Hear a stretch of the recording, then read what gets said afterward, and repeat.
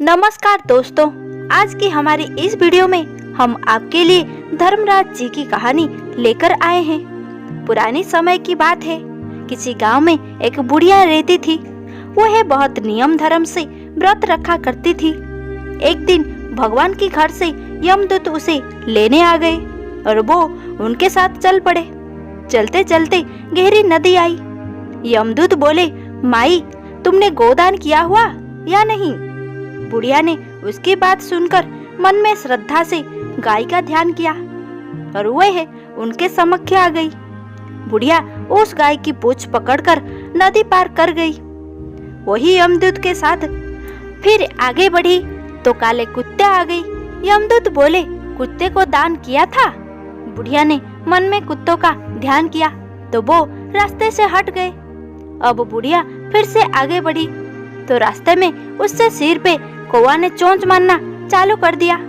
यमदूत बोले, माई, ब्राह्मण की बेटी के सिर पे तेल लगाया था? बुढ़िया ने ब्राह्मण के बेटी का ध्यान किया तो कौवे ने चोंच मारना बंद कर दिया। कुछ आगे बढ़े तो बूढ़ी के पैर पे कांटे चुभने लगे। यमदूत फिर से बोले, माई, किसी को कठौ दान किया था? बुढ़िया ने ध्यान किया तो कठौ उनके पैरों में आ गए। बुढ़िया फिर आगे बढ़ी।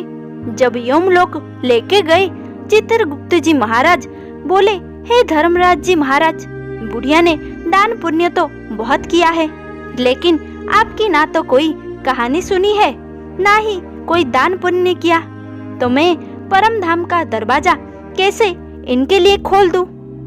सारी बात सुनने के बाद बुढ़िया बोली, हे भगवान, आप मुझे 7 दिन के लिए धरती पे भेज दीजिए। मैं धर्मराज जी महाराज की व्रत रखूंगी, उद्यापन करूंगी और वापस आ जाऊंगी। बुढ़िया माई को वापस धरती पर अपने गांव में भेज देती है। गांव आने पर उसे सब भूतनी समझकर अपना दरवाजा बंद कर लेते हैं। तो वह अपने घर गए। बेटे बहू ने भी दरवाजा बंद कर लिया।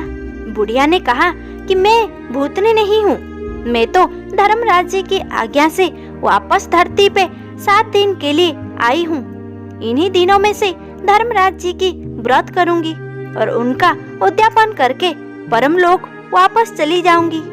बुढ़िया की बात पर आश्वस्त होकर बेटे बहू ने उनके लिए पूजा सामग्री का इंतजाम कर दिया।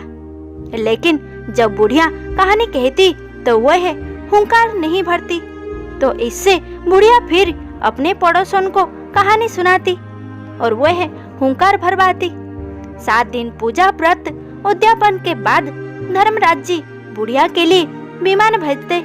स्वर्ग का विमान देख उसके बेटा बहू सारे गांव वाले स्वर्ग जाने की तैयार हो जाते हैं। बुढ़िया ने कहा कि तुम कहाँ तैयार हो रही हो? मेरी कहानी तो पड़ोसन ने सुनी थी, इसलिए वही मेरे साथ जाएगी। सारे गांव वाले बुढ़िया से धर्मराज जी की कहानी के आग्रह करते हैं। तब बुढ़िया उन्हें धर्मराज जी की कहानी सुनाती है। कहानी सुनने के बाद वह विमान में बैठ स्वर्ग लोग चले जाते हैं। धर्मराज जी कहते हैं, मैंने तो केवल बुढ़िया को लेने के लिए भेजा था।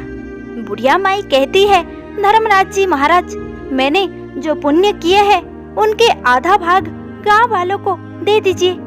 इसी तरह धर्मराज जी गांव वालों को स्वर्ग में जगह दे दिए। हे धर्मराज जी महाराज, जैसे आप बुढ़िया के गांव वालों को स्वर्ग में जगह दे दिए, उसी तरह हमें भी देना।